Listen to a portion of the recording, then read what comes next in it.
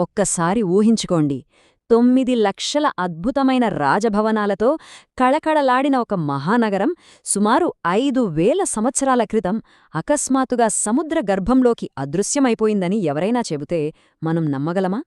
ఈనాటి మన విశ్లేషణలో సరిగ్గా అలాంటి ఒక అద్భుతమైన మిస్టరీతో కూడిన నగరం గురించే మనం మాట్లాడుకోబోతున్నాం. అసలు పురాణాల్లో ఇన్ని అద్భుతాలుగా చెప్పబడిన ఈ ద్వారకా నగరం నిజంగానే ఉందా, లేక ఇదంతా కేవలం ఒక అద్భుతమైన కట్టుకథ మాత్రమేనా? ఈ ఆసక్తికరమైన ప్రశ్నకు సమాధానం వెతుక్కోవాలంటే మనం ఖచ్చితంగా 1983వ సంవత్సరానికి వెళ్లాల్సిందే. అప్పట్లో అరేబియా సముద్రం అడుగున డైవ్ చేసిన మన పురావస్తు శాస్త్రవేత్తలు ఒక్కసారిగా షాకయ్యారు. ఎందుకంటే అక్కడ ఇసుక, రాళ్ల మధ్య కొన్ని అసహజమైన, చాలా విచిత్రమైన ఆకారాలు వాళ్ల కంటపడ్డాయి.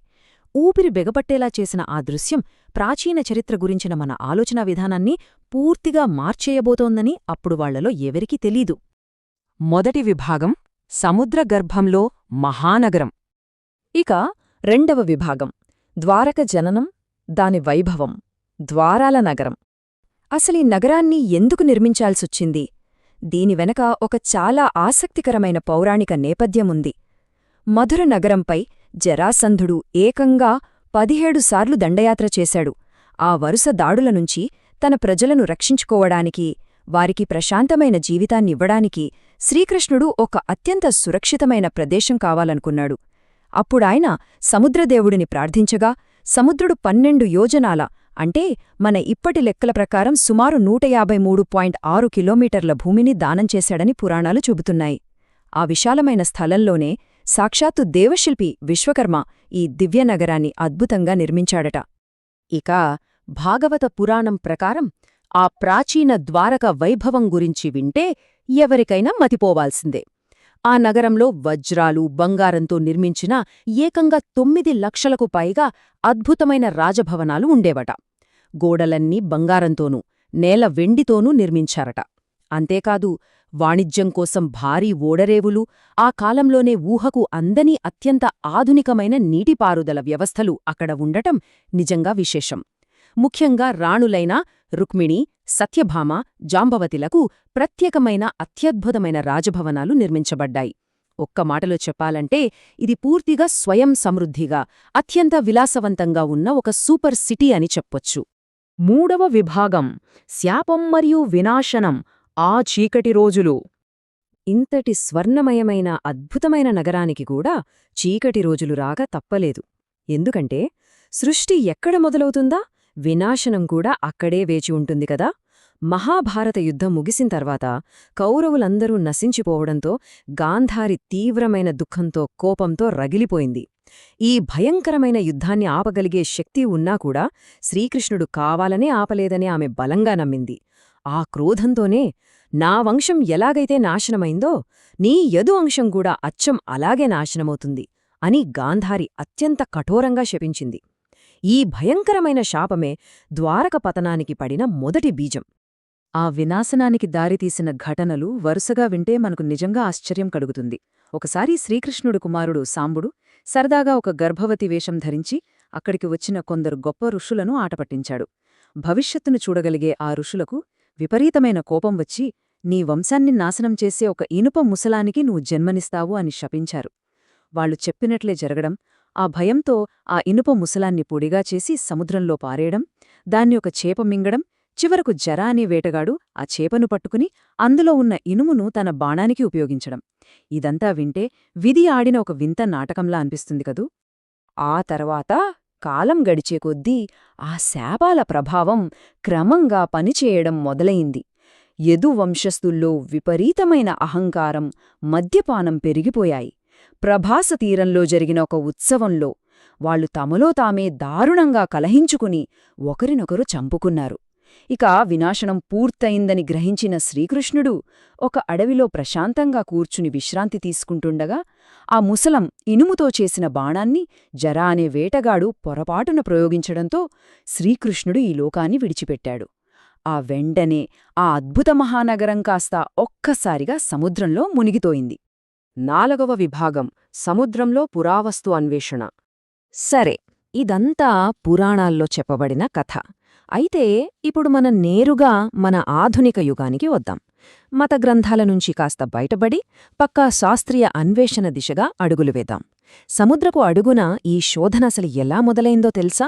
1930ల కాలంలోనే కొందరు జాలర్లు, అలాగే అరేబియా సముద్రం మీదుగా వెళ్లే పైలట్లు నీటి అడుగున కొన్ని వింతైన రేఖాకృతులను గమనించారు.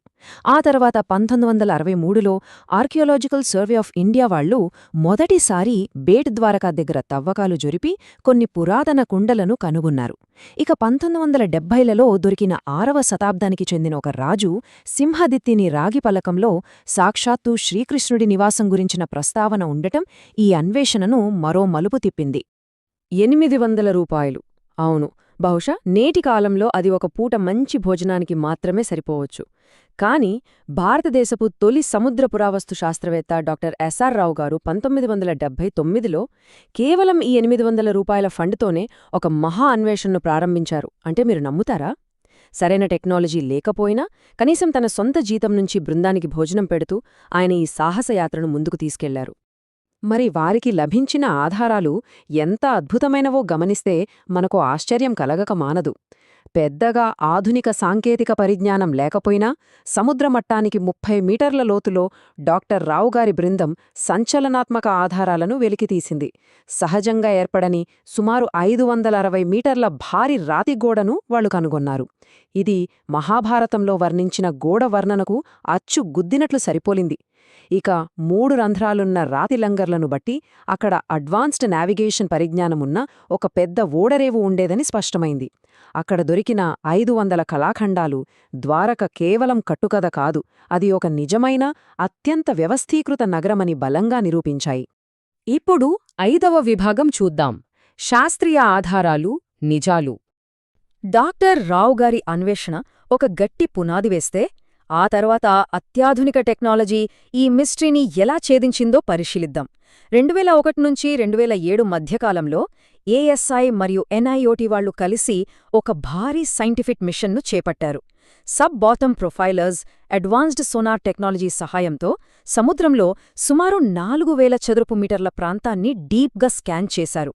అక్కడ కేవలం రాళ్లు మాత్రమే కాదండోయి, ఖచ్చితమైన రేఖాగణిత ప్రణాళికతో కట్టిన భవనాల పునాదులు, నీటిపారుదల వ్యవస్థలు మరియు కొన్ని పురాతన టెరకోట ముద్రలు ఆ ఇసుక కింద భద్రంగా దాగి ఉండటాన్ని శాస్త్రవేత్తలు కనుగొన్నారు. అయితే చరిత్రకారులందరినీ ఒక్కసారిగా ఆశ్చర్యానికి గురిచేసిన అసలు వాస్తవం ఏమిటో తెలుసా? ఆ సముద్రగర్భంలో బయటపడిన వస్తువులను ఖచ్చితమైన కార్బన్ డేటింగ్ కోసం అంతర్జాతీయ ల్యాబ్లకు పంపించారు. ఆ రిజల్ట్స్ చూశాక అందరి మైండ్ బ్లాక్ అయింది. ఎందుకంటే ఆ ఫలితాలు మన భారతీయ చరిత్రను అమాంతం 1000 సంవత్సరాల వెనక్కి తీసుకెళ్లాయి. కొన్ని వస్తువులు ద్వాపరయుగం నాటి మహాభారత కాలానికి సరిపోయేలా 5000 సంవత్సరాల నాటివి కాగా, అక్కడ దొరికిన ఒక కుండ వయస్సు ఏకంగా 9000 సంవత్సరాలు అని తేలింది. అంటే ఇప్పటివరకు మనకు తెలిసిన అత్యంత పురాతనమైన హరప్పా నాగరికత కంటే కూడా ఇది చాలా పాతదన్నమాట. సరే, సముద్రం కింద ఒక భారీ నగరం ఉందన్న విషయం సైంటిఫిక్గా నిర్ధారణ అయిపోయింది. కాని అసలది ఎందుకు మునిగిపోయింది? పౌరాణిక గ్రంథాలైతే శాపాల వల్ల ద్వాపరయుగం అంతం కావడంతో ఈ నగరం సముద్రంలో మునిగిపోయిందని చెబుతున్నాయి. కాని ఆధునిక శాస్త్రీయ విశ్లేషణ, ముఖ్యంగా గ్లోబల్ జియోలాజికల్ డేటా ఏం చెబుతోందంటే, క్రీస్తుపూర్వం 5000 సంవత్సరాల ప్రాంతంలో ప్రపంచవ్యాప్తంగా సముద్ర మట్టాలు అకస్మాత్తుగా 25 మీటర్ల మేర పెరిగాయట. దానికి తోడు భారీ సునామీలు కూడా వచ్చాయట. ఆ భయంకరమైన ప్రకృతి వైపరీత్యం వల్లే ఈ అద్భుత నగరం జలసమాధి అయ్యిందని సైన్స్ ఖచ్చితంగా నిరూపిస్తోంది. ఇక చివరిది 6వ విభాగం: విశ్వాసం మరియు విజ్ఞానం.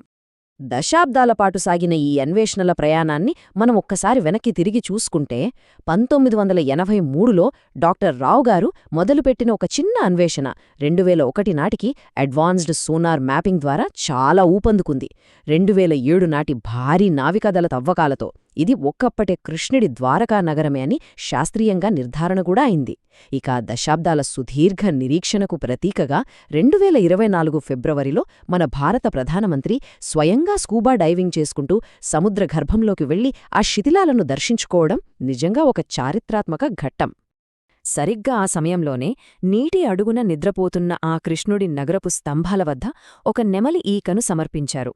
బహుశా ఇది అత్యంత శక్తివంతమైన, చాలా ఎమోషనల్ అయిన ప్రతీకాత్మక దృశ్యమని చెప్పొచ్చు. ఎందుకంటే దశాబ్దాల పాటు కేవలం ఒక పౌరాణిక గాథగా మాత్రమే మిగిలిపోయిన మన ప్రాచీన చరిత్ర నేడు మన ఆధునిక దేశపు జాతీయ గుర్తింపుతో మమేకమైన అపురూపమైన క్షణమిది. అందుకే అంటారు, విశ్వాసం, విజ్ఞానం ఈ రెండూ వేరువేరు కావు, అవి ఒకే సత్యానికి చేరే రెండు మార్గాలు అని. ఒకప్పుడు కేవలం పురాణాల్లోని అద్భుతంగా భావించిన ద్వారక 5000 సంవత్సరాల తర్వాత సముద్రపు అగాధంలో తన మౌనాన్ని వీడి నిజంగానే బయటపడింది. శాపాలు మింగేసిన, కాలం దాచిపెట్టిన ద్వారక అనే ఆ వాస్తవం ఇప్పుడు సైంటిఫిక్ నివేదికల రూపంలో మన కళ్ల ముందే ఖచ్చితంగా కనిపిస్తోంది. మరి ఈసారి ఎప్పుడైనా సముద్రపు అలలను చూసినప్పుడు ఆ అగాధమైన లోతుల్లోంచే మీకు కూడా ఏదైనా వేణుగాన నాదం వినిపిస్తుందేమో ఒక్కసారి ఆలోచించండి.